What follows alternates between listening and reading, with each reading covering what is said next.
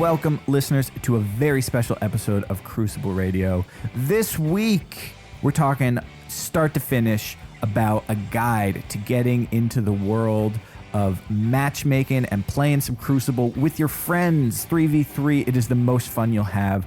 If you've never played a sweat... Okay. I know we're not calling it that anymore. If you want to play scrims with your friends, we're going to teach you how to do it. You're going to have some of the sweat. Who's going to ding Andrew, you, man?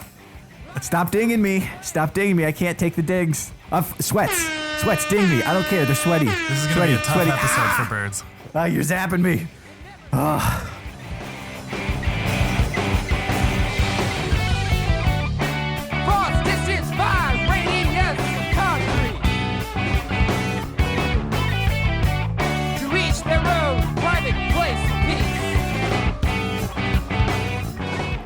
Hello, Swain. How are you doing? It's a good morning. Good morning here. How about you, Berts? How you doing? Oh, I'm good. It is a morning. I've not made up my mind about the morning yet, but it's definitely a morning. Bones, how are you doing? I am doing just swell. It is also a morning for me, and I've got my coffee, and I'm ready to do a brand new episode of Crucible Radio, the podcast for all things PvP. Welcome to the show, listeners. Welcome. And this isn't just any episode of Crucible Radio. This is our special episode. This is a full episode, all episode long. We are giving you a guide to playing competitive Destiny in scrimmages or competitives or matchmaking, or maybe if you want to call it sweaties. Let's face it, that's what people call them. That's what we're talking about this week. I'm allowed to call it moisties wait. twice.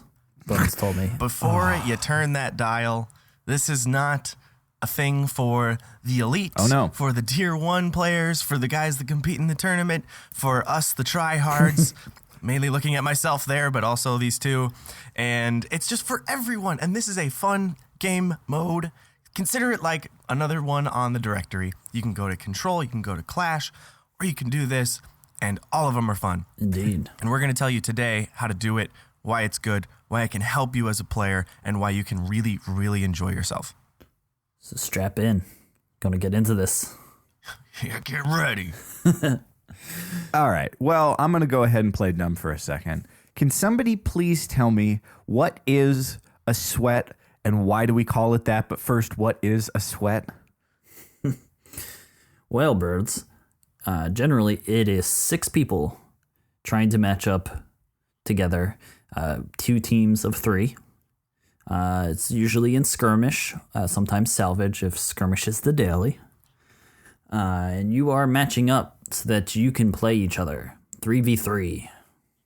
So, Yeah, it's basically a skirmish game, but you get to decide who you match up against in the other team. Yeah. so we'll get into the technical side of it. Why do you guys like playing?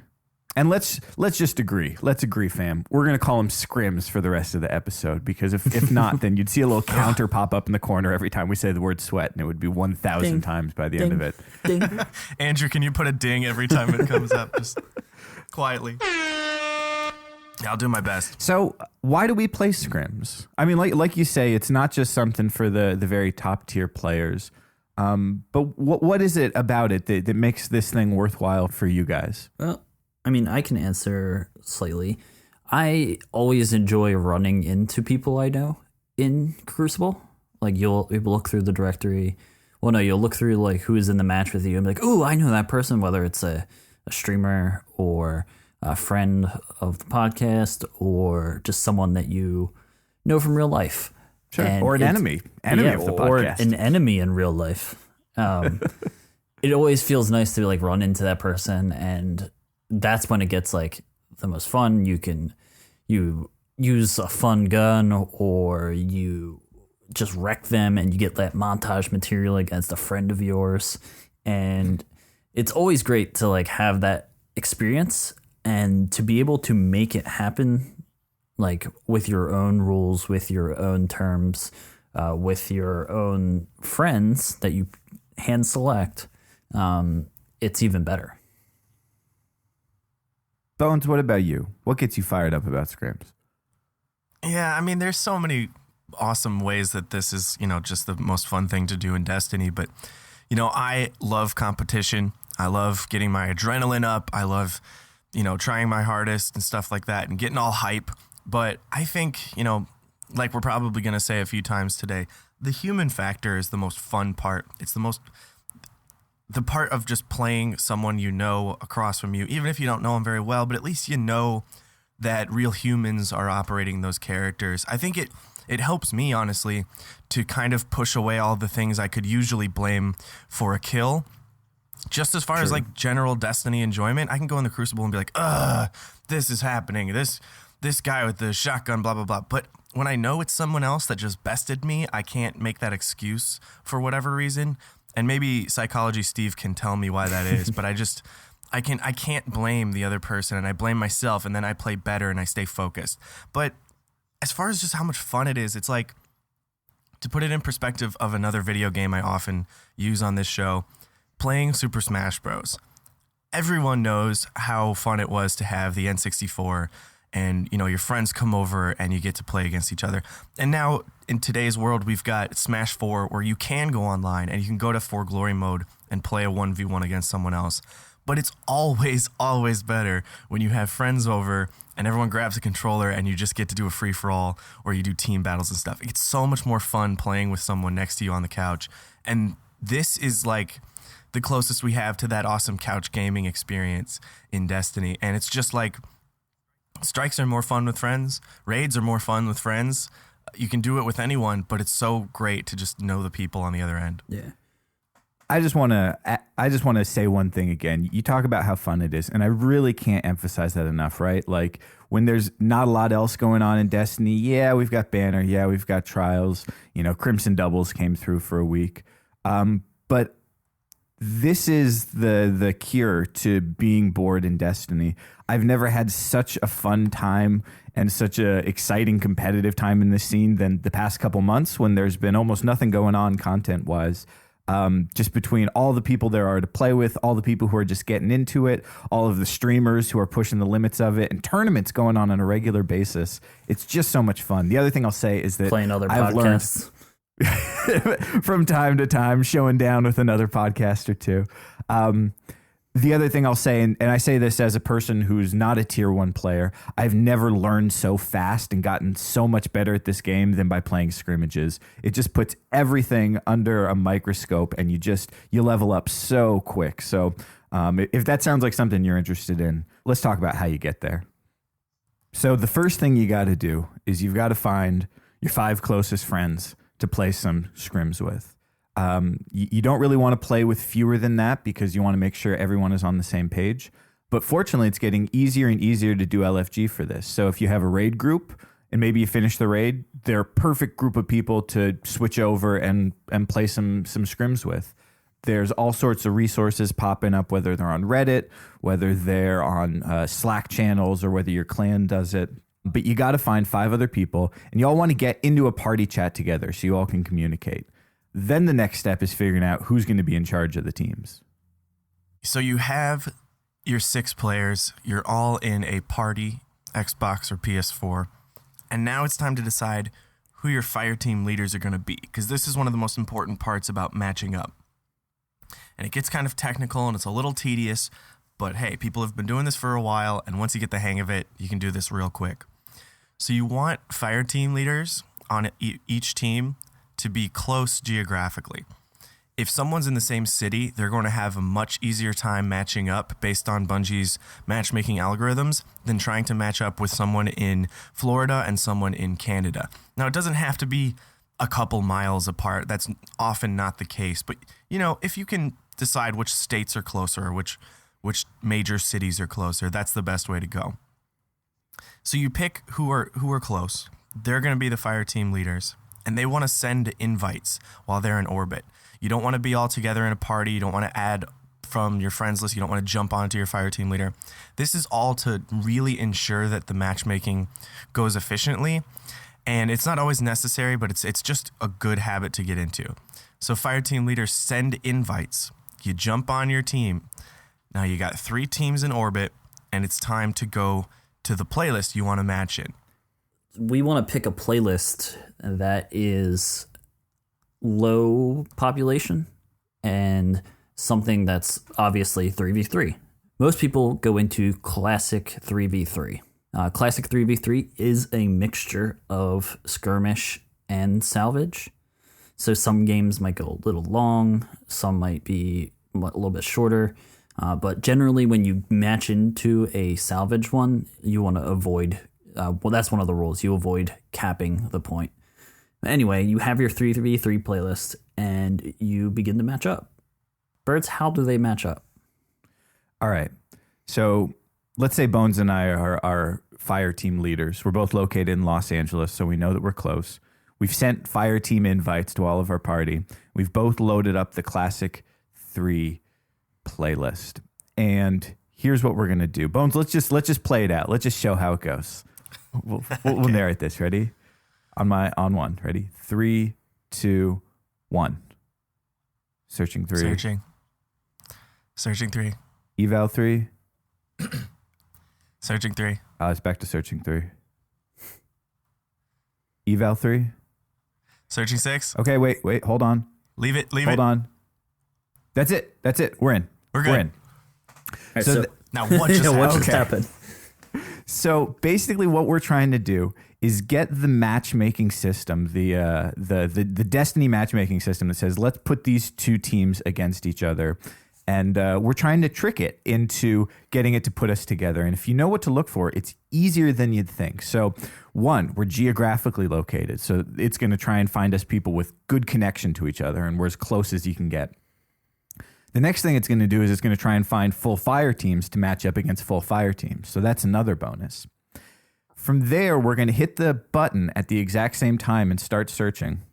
And you'll see in the top left corner of your screen, you'll see text and a little spinny dial that progresses as you search. And it can say a couple things. It's going to start off by saying searching 3 out of 6. It might switch to evaluating 3 out of 6. And then it could go up to searching 6 or evaluating 6 out of 6 as well. So that kind of can give us a hint. What we're looking for, there's a magic combination. And that is when my team says evaluating 3 and the other team says searching 6, and they both sort of switch to that at the same time, that's your clue. That's how you know that matchmaking has put your two teams together. Now, as soon as you get that, you want somebody who's not the leader to go to the roster and check to see if the other team showed up, and they may have to load it. But you want to just ride it out at that point. Of course, it doesn't always go perfectly the first time. Yeah, I mean, what do they do if they get matched, say, against another team? And most of the time, actually, you are matching against other people that are trying to do this exact same thing, and they accidentally get matched with you as well. Happened a few times in our podcast playoff, and we'd have to back out. Usually the quickest way to back out is you change characters. So go to your options, hit change character, and go back to the title screen, go back into the character you picked, and then have your fire team leader resend those invites if you get sucked into a game.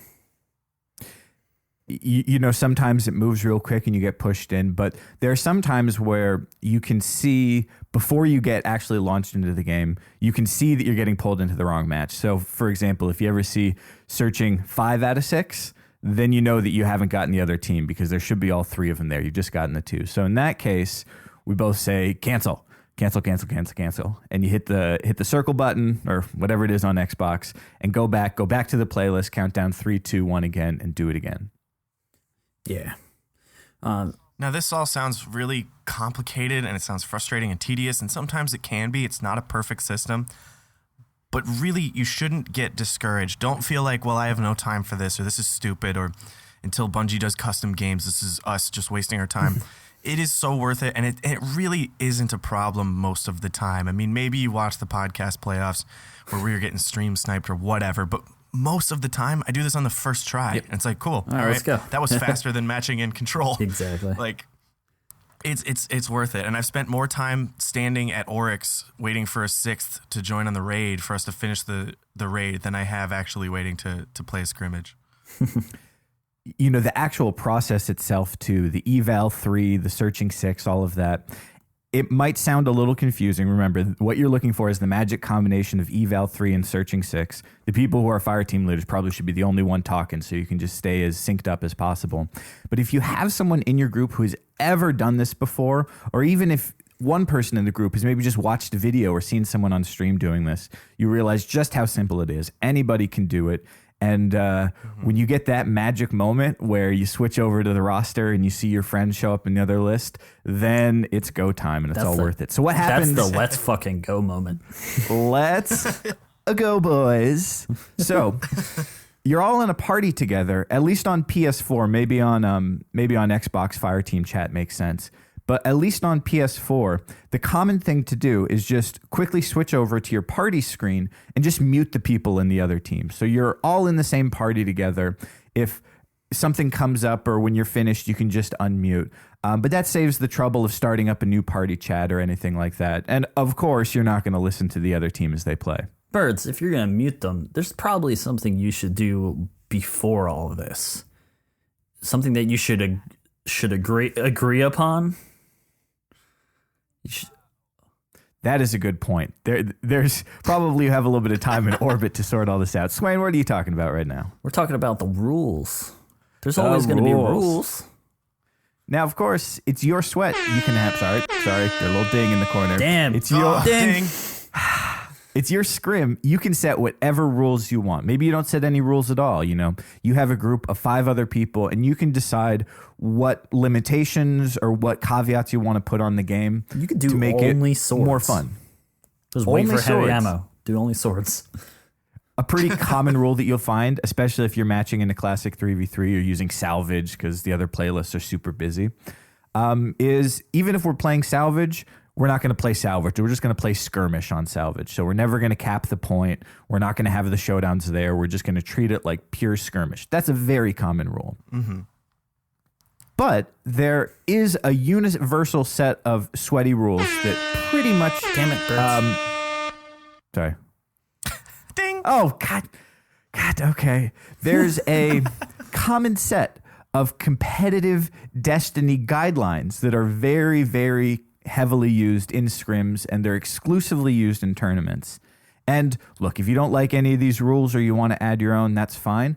But we wanted to talk a little bit about what they are and sort of some of the reasoning behind them, so you know why these limitations exist and you know why this is what you're going to see going into a tournament. Yeah, all of these rules are in place to just make the scene and the scenarios that you'll get in fair, fun, exciting, and it makes for the best gameplay to watch and experience. All of these rules have been tested out for a while. All of these are in place not to make it more intense or make it harder for lower skill players to join in or make it all thorns. It's really about creating a fast gameplay environment where it's high energy. You really got to work on strategy and positioning. There's no campy games in scrimmages. Everyone is flying around, and it's really fun that way. It's all to create an environment that makes the most sense just on a level playing field. It's definitely different than like any other threes. It's not like Trials. Yeah. And you can't bring your Trials mindset into it. You got to be ready for just this. Right. And if you think about that, Trials too, I mean, there's those teams where you spawn in, you look at their loadouts, and you're like, great, we got 3 Sun Singers, and they're all wearing Rams. That's their choice, and hey, you got it too on your character, but that can be frustrating, and you won't see that in scrimmages. So let's talk about the most common rules that have been around for a while. The first one being maybe one of the most important, which is no exotic armor is worn. That means no Ram, no fast res, it's all gone. Yep. No Void Fang vestments. Throw grenades, die. Throw grenades. Well, repeat, I mean, success. Well, some people will say, well, what about certain armors? Like, why can't you just allow certain ones? Like, some of them aren't nearly as good as the other ones. Paragraphs. Ugh. Oh, Swain, you know what? If you Swain's want to add a special exception, you can wear your greaves. If you can shoulder charge me, you can shoulder charge me 6 times harder than you need to do it. With this rule, they could have gone item by item, piece by piece, and say, well, having a grenade every single time you die is a little bit too strong, but having a stronger shoulder charge is not. But to make things simple, to make things fair, to make things universal without having a huge list of special exceptions, just flat out no exotic armor allowed. And this can be a little bit tricky. You know, if you're a Night Stalker and you're always used to playing with Graviton Forfeit, then you're going to have to go into that subclass build and decide which one you really want to use. Or you've been using your Bones of Yao to get that mega fast triple jump. Or Twilight you know, Garrison. that's something. Or Twilight Garrison. You know, this is something you have to prepare for, and maybe you want to practice outside of it. So when you don't have that armor that you're always wearing, you know how to compensate for it. Yeah. What other rules we got here, guys? Oh, talk about this one. No heavy ammo at all. No. Don't use it. Heavy. You're a jerk if you use it. I honestly love this. You know, it's come up in conversation where people might wave it off in trials, and that's not as important. It's just one round. But I personally get frustrated when I miss heavy. I'm not very good at actually going to get it and timing it right. I find myself dead, or I find myself protecting it when like 4 guys just jump on me and they're like, take it right under my nose. It just prevents those games from kind of spiraling out of control, especially in threes when someone gets a Quillam's Terminus and just has 106 rounds and you don't touch them for the next 5 minutes and then the next heavy ammo spawns. It's just, it's more fun, I think, personally, and I know a lot of people agree, to just not have heavy ammo. Nope, no heavy ammo.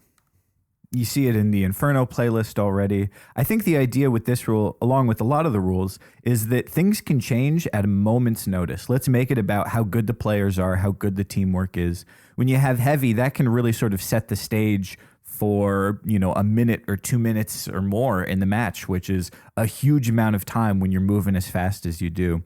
And heavies kind of level it out a little bit. So even if you're down, a good team can totally change the tide of a game, whether or not they happen to get both heavies one round. Just takes it out of the equation.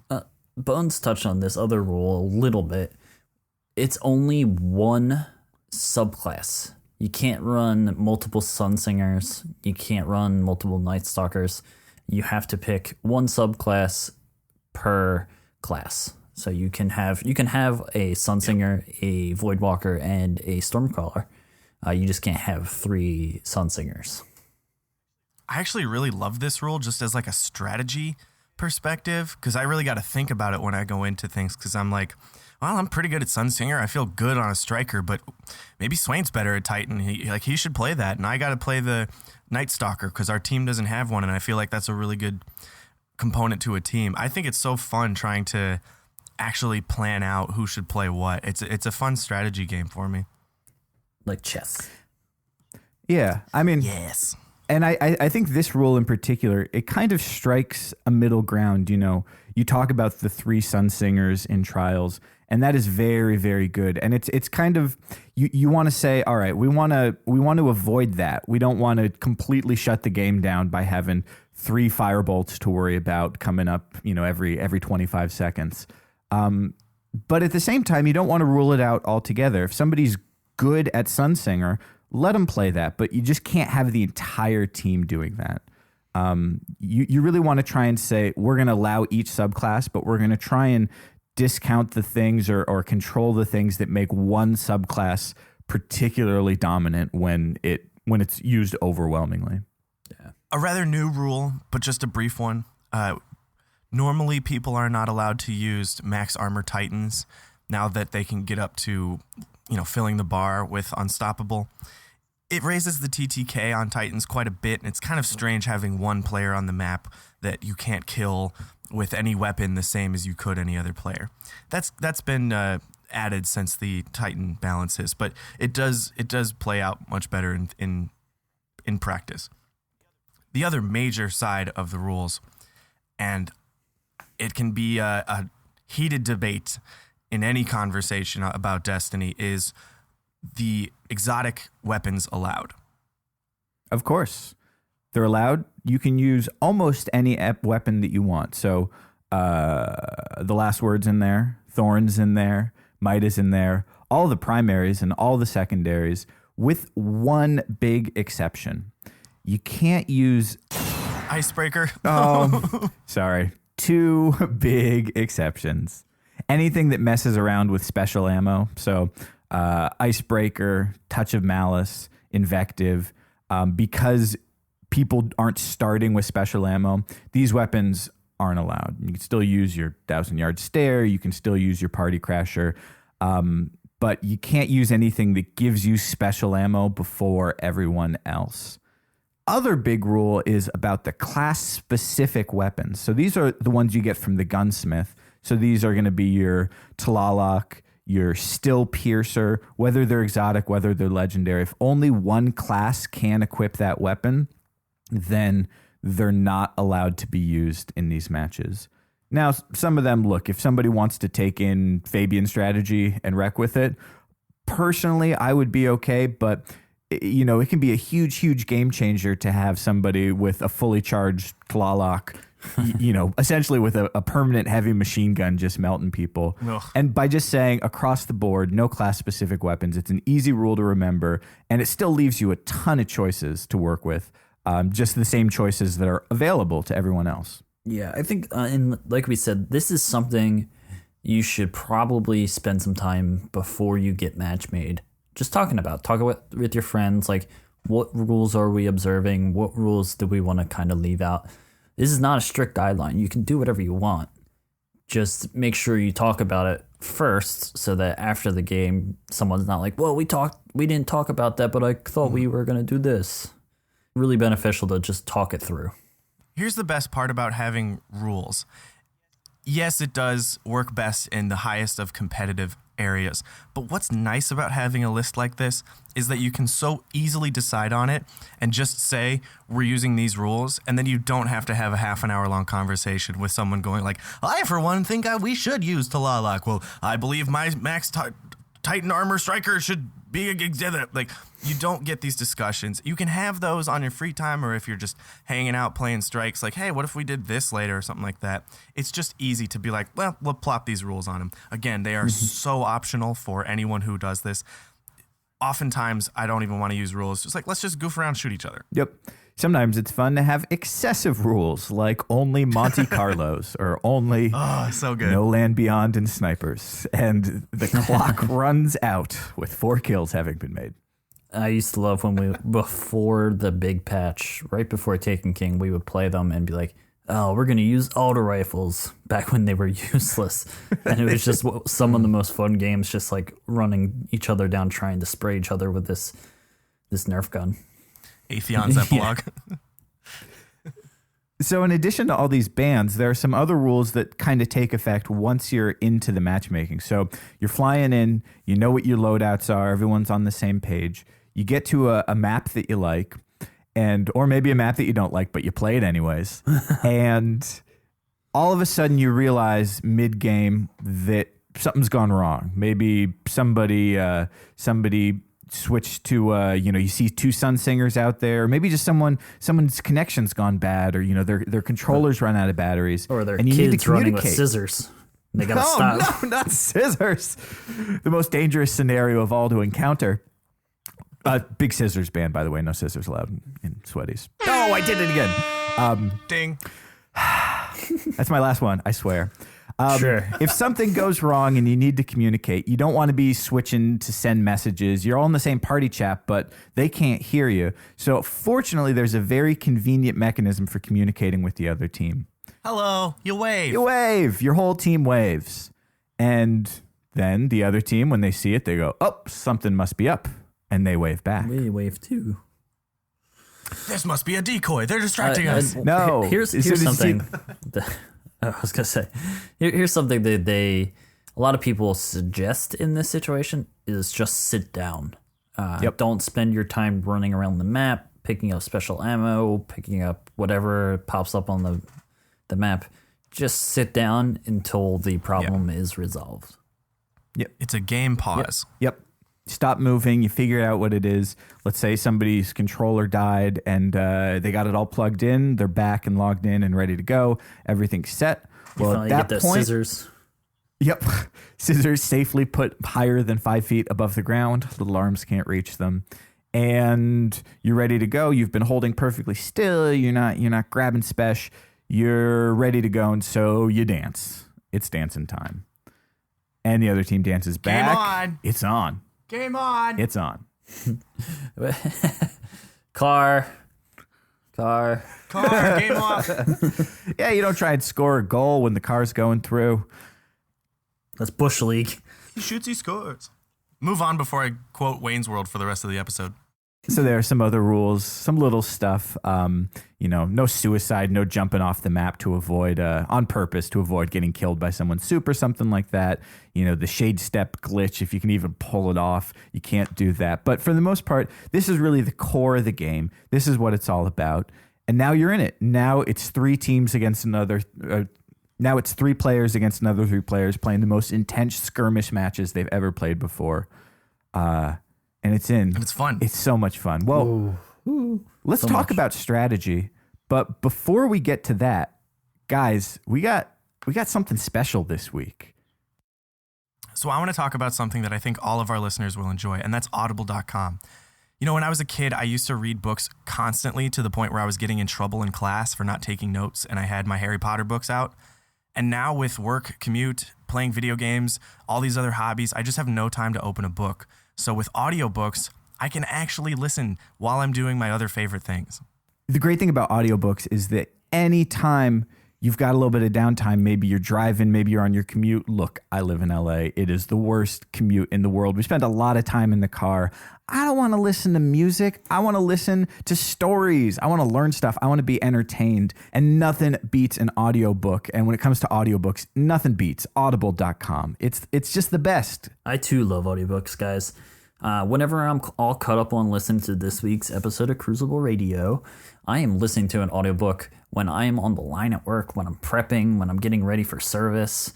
We got all this downtime. Why not listen to a book? Why not educate myself? And audible.com has 180,000 titles from leading audiobook providers. That's a crazy amount of books. It's a lot of books. Yeah. Audible is the audiobook champ, and it's clear why. Look, just download their app. You'll see the app is completely free, and it works on iPhones, iPad, Android, Windows Phone, Kindle Fire, over 500 MP3 players. You can't not get these audiobooks. It's so easy. And look, it's not streaming. It's not rental. With Audible, you own your books. They're your books. They're just in audio format, so you can access them anytime, anywhere. Listen to them all in one go. Listen to them 5 minutes at a time whenever you get a second. But listen right from your smartphone or anywhere else, guys. It could not be easier. And the cool thing about this is audible.com offers a great listen guarantee. So that means if you're listening to a book and you're not feeling it, you can actually exchange it for any other title. No questions asked. Get back to listening to some good books. Guys, look, I play Destiny. I love sci-fi. I love thinking about the future. I love hearing stories. There is no audiobook out there better for a fan of Crucible Radio than The Martian by Andy Weir. Look, you might have seen the movie. You got to hear the book. The book is going to transport you. The narration, everything about it. You're going to be on the surface of the red planet dreaming about traveling there yourself. Check it out. So I'm that guy at work that has no idea what's going on in Game of Thrones. So while I'm grinding strikes for loot or I'm working on my shoulder charge in the Crucible, I'm catching up on A Song of Ice and Fire so I can finally know what they're talking about when they say the Red Wedding is crazy. I'm still learning, but it's apparently cool. I've been using it to get in touch with the mental side of things. We had sports psychologist Steve on. He threw a few books out there that are great for getting better with the mental game. And I've been listening to The Inner Game of Tennis, the classic guide to the mental side of peak performance. Classic. It's so good, and it's helping me get a little bit more into the mental game, guys. You guys, we've mentioned 3 books. There's 180,000 other titles out there, and to get started with them, they're all free. Check it out. Just for listeners of Crucible Radio, Audible's offering a free 30-day membership. All you got to do is go to audible.com/crucible and start your free trial. It's free. Ooh. Seriously, you can start it immediately. You can get a book. You'll be listening by the time you're done listening to this podcast. Audible.com/crucible, CRUCIBLE. Get on it. Check it out. So we've talked about all the ways to set these games up, some rules you can apply to make it either more fair or more fun, or whatever you want. Now, what is the point of playing these besides having a great time shooting your best friends in the face? like how I sniped birds out of a Nova bomb one time. Oh, never going to live that down. I just don't play Voidwalker anymore. It's fine. It's fine. I'll try Voidwalker this time. Montage. I'm Alex J. Birds. And I like Nova bombing. Well, I like it, but it doesn't always go so well. No, as you'll find out pretty quickly, when you're playing skirmish, especially with rules that ensure really fast-paced gameplay, that there's a couple things that you really just want to keep in mind as a team if you want to keep up. You're going to be faced with tougher and more fierce competition than you've ever seen in Trials because it just never stops. I think the first thing, especially if you're new to scrims, what you want to focus on is just learning how to operate as a team. Hopefully the two people that you're playing with, you're able to communicate with them. You're sort of familiar with their play styles. Some people like to push way out. Some people like to hold back. But you want to make sure that you're working together as a team. So that means that you're moving as a team. Maybe you sort of all move together. Maybe, people flank, but you all are sort of on the same page. And you're thinking as a team. You're sort of in the same rhythm. You're communicating and you know what's going on. And the last thing is that you're making call outs, which is just saying, hey, I saw a guy and he's over here. I see two people over here. And these go really quick. You say, oh, there's one on bridge. Two spawned A. One's weak at their special. That's it. Real simple, real to the point, but just get your team on the same page with what's going on.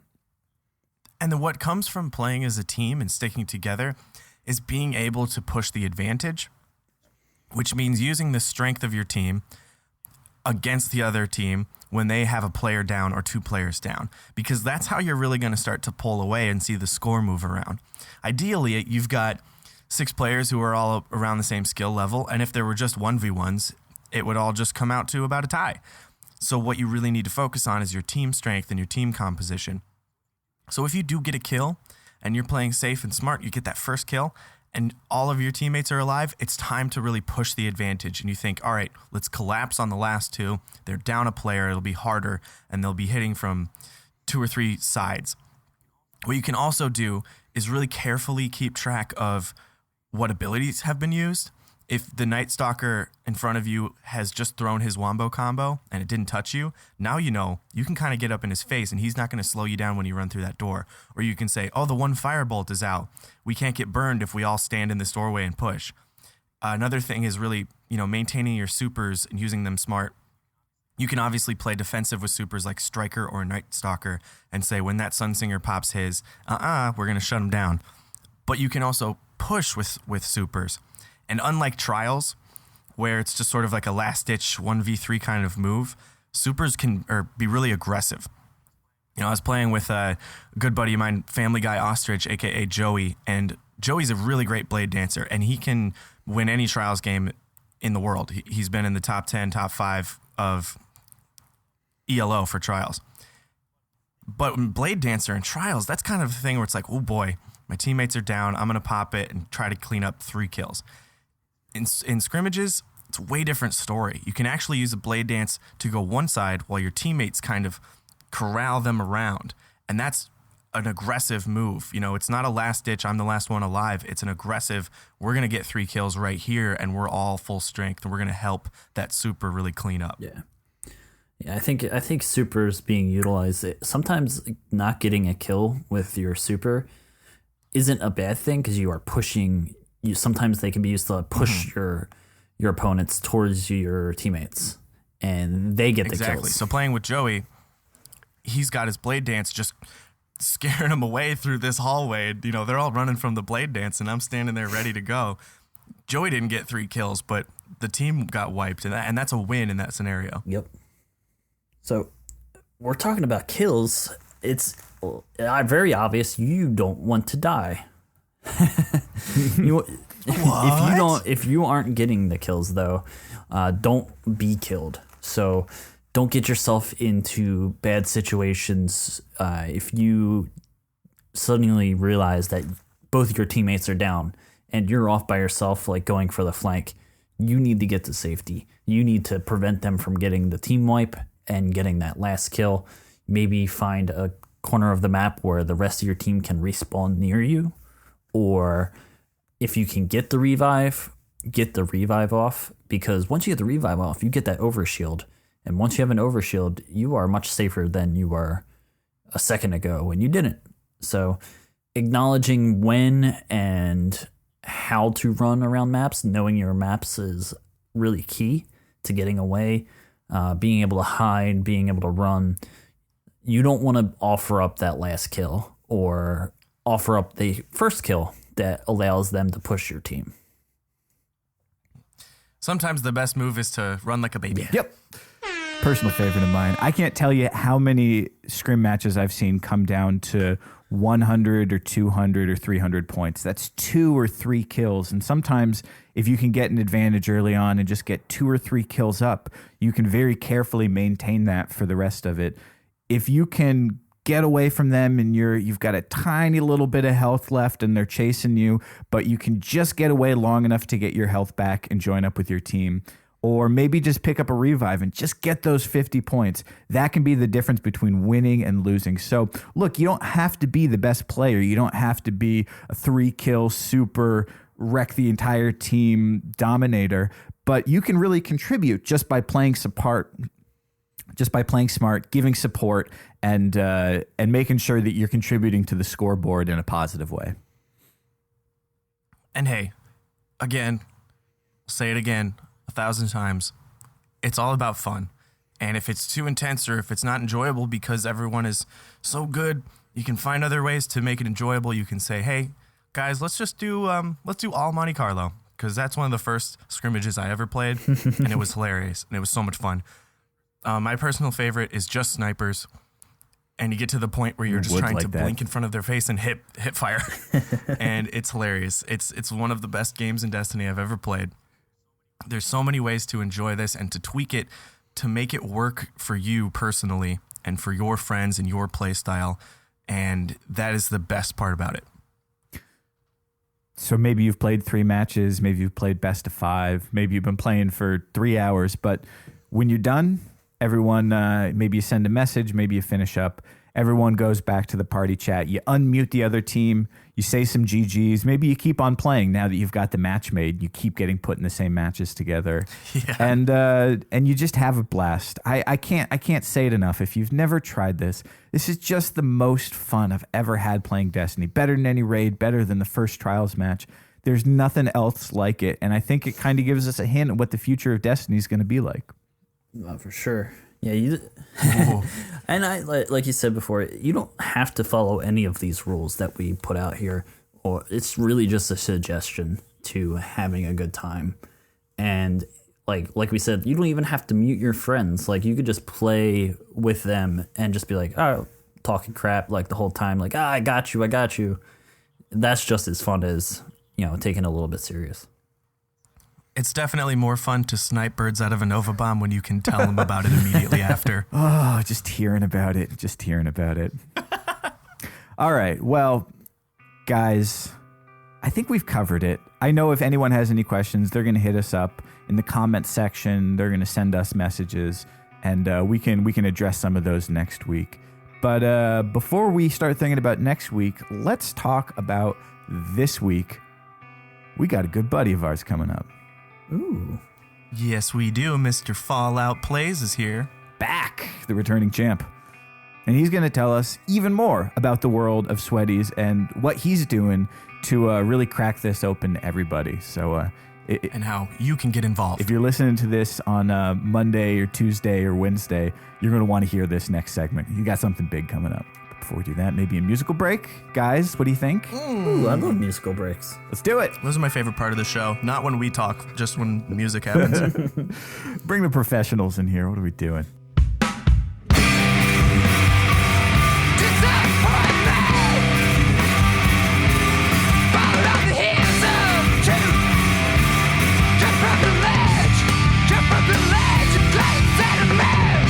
Music this week from the returning champs, Dame Zumari. Check him out, damezumari.bandcamp.com.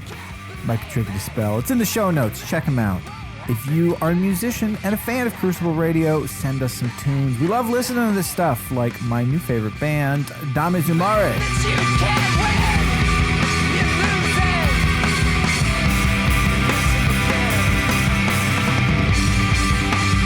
Listen to me now. Welcome back, everyone. I've got Fallout here, ready to talk some sweaticette and talk about the upcoming Intro to Sweaties. Hello, Fallout. How's it going? Hey, boys. I'm good, boys. How are you? We're okay. We're fine. No one ever asks us how we're doing. I'm doing great. Is that true? I think I'm I hope okay. I hope you're joking, but yeah, it's good to know how you guys are. No, everyone we've had on the show has been terribly polite, almost obnoxiously so. It's nice to have you back, Fallout. Well, thank you. It's nice to be here. Yes, returning guest, Fallout Plays. You know him from YouTube.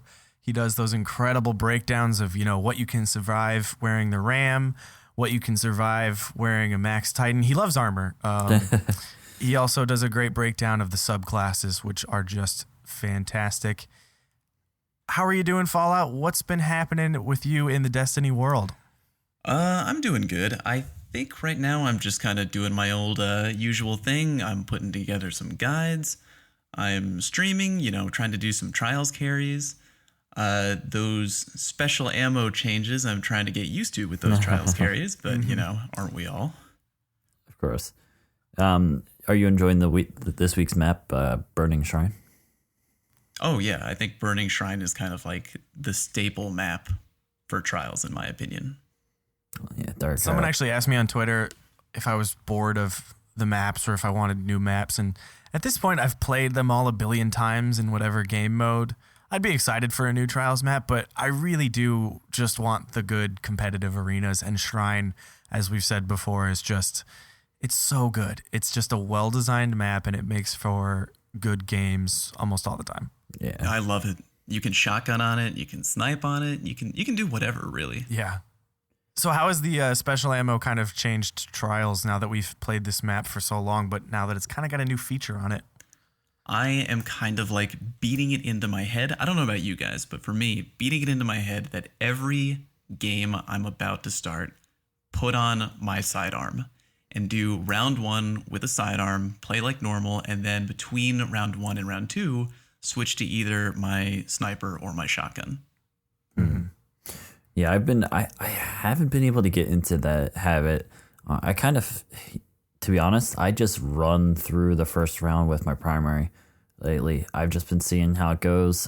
If for some reason I'm sitting there at like round 3 and I don't have special ammo, I'll be like, all right, well, maybe now I'll equip that sidearm. Yeah. But for the most part, I'm just like letting it ride. I'm not too concerned about the special ammo. I'm trying to play more of a support class lately, so I'm sitting back. You're going with the flow is what you're saying. Pretty much, yeah. I've actually worked on my primary game with the ammo thing where I start a game with Mida, because I'm thinking if everyone on the map doesn't have special, or at least doesn't have snipers just yet, it's all about positioning, and you got to outbeat them with positioning and with primary game, and Mida is the one to win in that regard. It lets you get control of the map faster. But then I'll switch to last word sniper or doctrine or whatever I want to use, or I'll just use icebreaker the whole game and never take that gun off because it's the best. Primary, secondary. I have a friend who also loves using the icebreaker, Bones. It's I'm gonna stop talking about it. It's too. I'm no more comments about icebreaker. I don't want it to go away. Hopefully it never will. John's listening. But in round 1 of trials, I've been acting really obnoxious because as a dirty Sunsinger main, I know that the Crush other Singer, Crush Singer, excuse me, the other opponents in the match, I know that they don't have shotgun ammo right away. So if I'm in a situation where I have the opportunity to push in, I'm just going to do it, because what are they going to do to me? I have Flame Shield. I'm just going to go smack you in the face. That does work. I rarely rage as of late, but like that Flame Shield will get me every single time. It is kind of obnoxious. I do apologize for my fellow You Warlock don't bros. apologize. No, I don't, but I wanted to sound sincere. Well, I appreciate your attempt. Thank you. So, can we get like a secret little sneak preview, an exclusive on what guides you're working on? What's coming next? Sure. Can you tell us? Yeah, I can tell you. I'm working on a guide to the Striker Titan. Woo! Yeah. Now, that is That is a class that has almost taken over my gameplay for the past week. I've been enjoying it. It's really good. You want to hear something interesting that I found out about the Striker Titan? Oh, yes. I think Talk about interesting to me. exclusives. Okay, so here we go. The Titan has very high armor, and there's that perk. What is that perk called? The one that gives you extra armor when you're using Fist of Havoc. It's like the one at the top right. Yeah, Unstoppable. There it is. So I had people tell me that you need Unstoppable to be able to live through a golden gunshot when you're doing your Fist of Havoc, which happens kind of rarely, but it does happen. So I tested it. You actually don't need that to live through a golden gunshot mid Fist of Havoc. If you have fairly high armor, I want to say, then you can tank it. So I'm not really sure what the point of that perk is for the Fist of Havoc game. I mean, we know having that perk is super important for being a max armor jerk. I feel like it ends up being like you are constantly being team shot, and the Fist of Havoc is like something where like, all right, I'm going to use this, but I'm going to be really aggressive, and I'm going to push as far into this group of 3 people as I can. Yeah, all the while like closing that gap, getting like team shot, and to have all of that armor while I'm using Fist of Havoc will prevent me from like getting team shot to death before I hit the ground. Oh, totally. Yeah, you can let 2 doctrines just sort of Yeah, unload, work and you. you just run forward and say, never. Witness armor. me! So besides the fact that the Striker Titans are just insanely strong and can take a lot of damage, what else about the subclass do you find to be advantageous? They're fast. They can push like crazy. I've been playing a lot of scrimmages lately with people who are very good with the Striker Titan. Shout out to my boy, Texas Prod. He is crazy good with the Striker Titan because you have the speed of Titan skating, and you have the perk Juggernaut, which lets you be a little protected when you're pushing in, and you can just be on top of an enemy team in moments, and there's nothing they can do. Yeah. It is pretty obnoxious. It's definitely something I've been working on as well, is trying to be like Texas Prod. Oh, yeah. If you're a Having shotgun... Oh, sorry. Go ahead, Zane. I was gonna say, having my controller work again has been amazing. I'm really good at. I'm pretty decent at skating.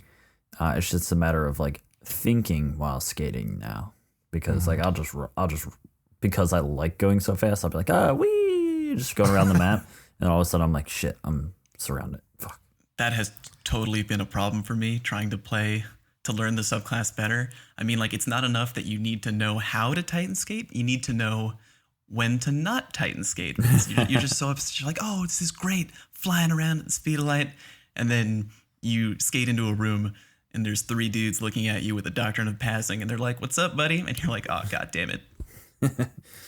So here's a question for you, Fallout. I feel like on this show, we have not talked about exotics for a while because everyone has sort of settled into what they enjoy the most.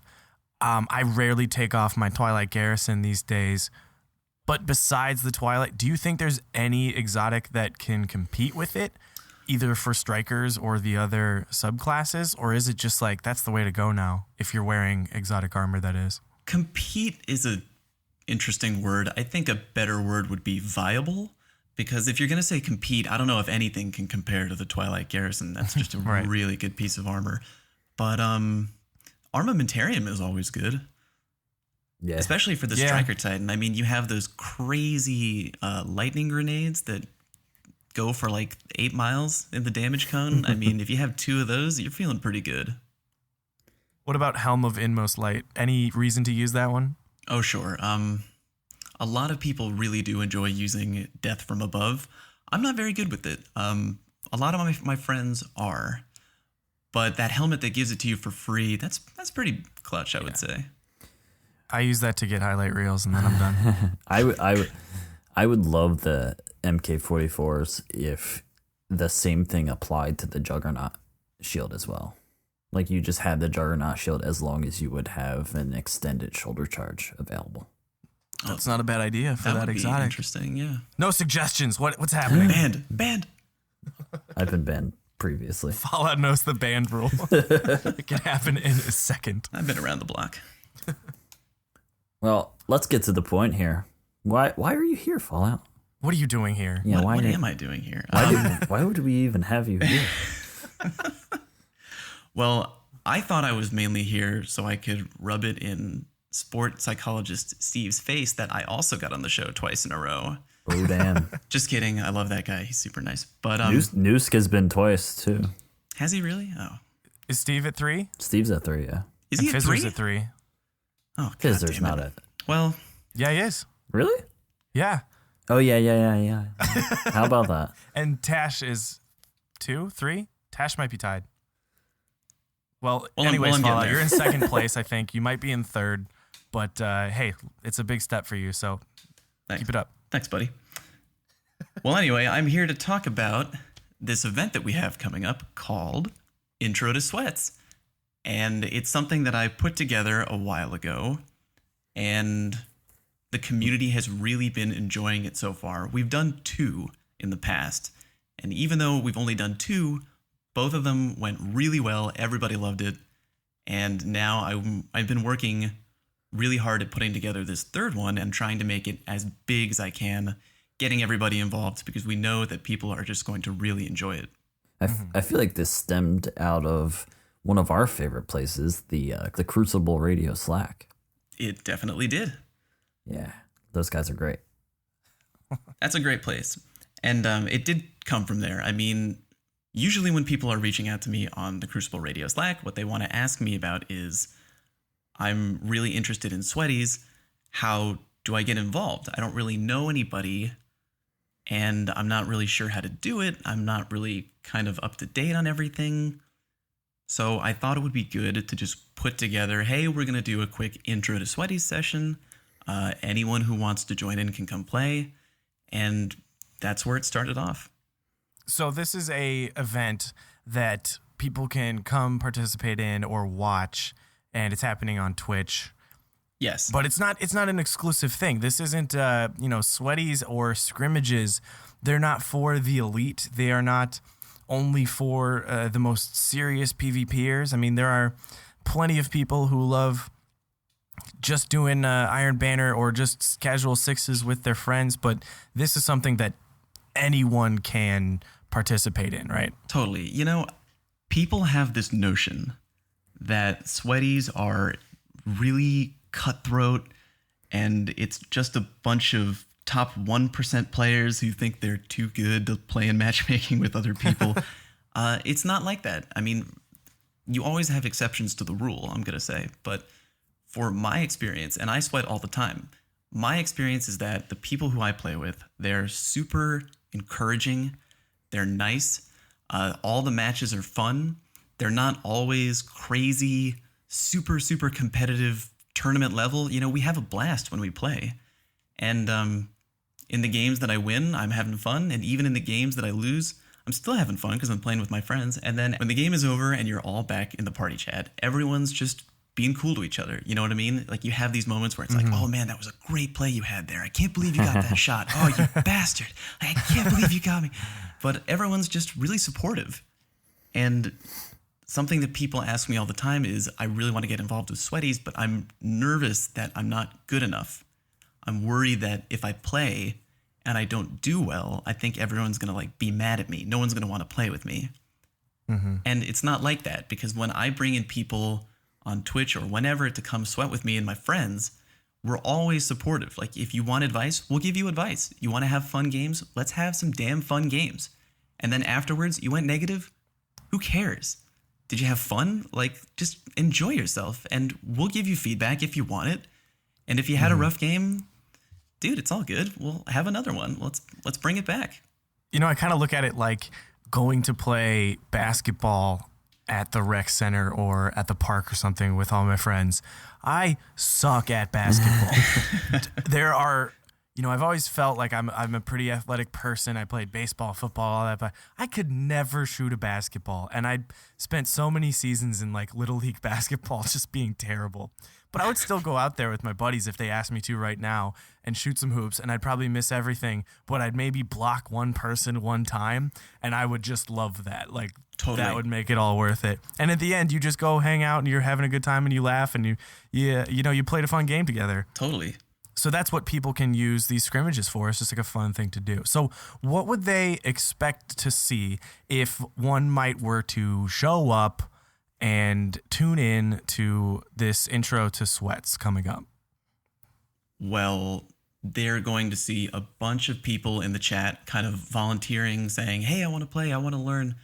And you just join in with them. We're going to have some Twitch chat mods on my channel and on Bones' channel too, for you PlayStation 4 folk. They're going to help organize the teams. You're going to be paired with coaches who we've picked out in advance, people who know how to sweat, people who are fun to play with and nice guys. And we're going to get the matches organized, and we're going to help you out. We're going to play, and we're going to have a good time. That sounds like a great time to me. It is going to be real cool. And yes, I will be involved as well, along with some Crucible Radio friends like Texas Prod and M Tashed. He's going to be doing it. And Dr. Lupo, all our dudes, and a few of the Crucible Playbook moderators as well. And they are very specific about their sweaties, so they will know exactly how to show you around, and it's going to be a really cool, fun, learning, educational experience for both the people teaching and the people who are doing it for the first time. I gotta say that for people on the outside who have never done it before, there's kind of this really intimidating stigma. And I'm here to tell you right now that that shouldn't be the case. Just take whatever you think about it and then just throw it out the goddamn window, because it's not like that. Everyone has a good time. We're really supportive of each other, and the matches aren't super crazy. Like we design these intro to sweaties to be accommodating of anyone at any skill level. Truly. It's not like there's some big burly bouncer in the Twitch chat who's like, what's your KD, Junior? 1.3. You gotta be this tough to get into the salty spittoon. Exactly. It's not like that. Yeah, I mean, I remember the first time Swain and Birds and I started matching up against our friends, and we did a couple games, and then we switched to all auto rifles or just snipers and stuff like that, and that's totally fine. That's a fun option. This is just a way to find out, just another way to enjoy the Crucible, and it is a really, really, really solid time. And you guys know this, listeners. We talk about it all the time. Now it's your chance to really figure out what's happening and what's going on, and enjoy it for yourselves, and never feel like it should be something where you feel left out or anything like that. So enough blabbering. You really need to tune into this. It's coming up. Fallout, when should people be expecting to show up, and where should they be showing up? This is going down on Saturday, March 12th at 9 p.m. Eastern Time. So if you're on the East Coast, 9 o'clock at night. If you are on the West Coast, 6 o'clock at night. The best coast. And if you are an Xbox One player looking to find a sweaty match, then you need to join my Twitch chat, which is twitch.tv/FalloutPlays. And if you are a PlayStation 4 player, then you should hop over to Bones' Twitch, which is twitch.tv/drybones81. With a Z. With a Z. Red buttons. And that's really all there is to it. Just show up. And the only thing we really ask is that you just come with a positive attitude, really. Yeah, and if you can't get in with the the first round of sweats, keep sticking around. There'll be more. They'll keep going at it. We also don't plan for this to be a one-off event, so keep an eye out in the future too. If you can't make it this one, and absolutely stick around, watch, hang out, talk to the other people that are going to be participating or watching. And there's so much to learn. I learn so much when I watch these guys that I'll be competing against and blah, blah, blah. But it's just fascinating to learn. And even if I'm doing it myself a few times, there's always one thing someone says where I'm just like, oh, cool. I haven't thought about it that way. So even if you've done this a couple times before and you know the matchmaking process, there's just so much to learn always. So it's a really cool experience. And Fallout, thank you so much for setting this up, for initiating such a cool opportunity for people to get a sense of what the scrimmage world is like and how fun it can really be. Anytime. Well, Fallout, thank you so much for stopping by. Let's tell the viewers how they can find you on a normal basis. Where can they look you up? Well, you can find me on youtube.com/falloutplays, and I am also on Twitch. I stream every week. I do, trials carries, I do scrimmages, I play with my viewers all the time. So hit me up on Twitch, twitch.tv/falloutplays. And you can also hit me up on Twitter too, which is Fallout_plays, because some random jerk took Fallout plays last time. So. Well, Fallout, thank you so much for stopping by, and we will see you in the Crucible. Yep, looking forward to it. Thanks. Thank you for having me.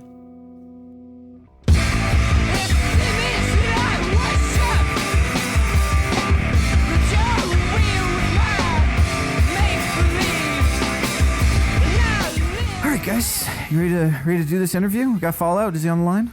No, he just left. Just We left. just finished, man. Yeah, we just did it. You were nowhere to be found. What? I was just making a cup of coffee. I was gone You sure you weren't pooping? 45 minutes. Well, I said I was making a cup of coffee. I mean, there's a whole sequence. It's a ritual. Look, man, you got to be on top of your game if you want to do the Crucible Radio interviews.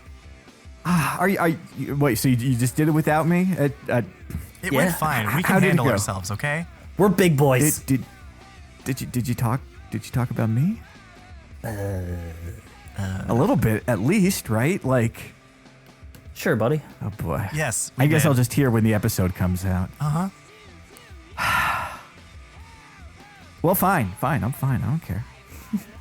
Anyways. Well, if you're looking for places birds is not, look at us on the internet, twitter.com/Crucible Radio. Hey, I go on Twitter sometimes. Yeah, he has an I go on account. He Twitter just tweets once a week. sometimes. I would also like it if you guys followed us on YouTube, youtube.com/Crucible Radio, and find our stream team on Twitch, Crucible Radio. We're everywhere, man. CR, We're everywhere. baby. CR Life. Squad. Let's go.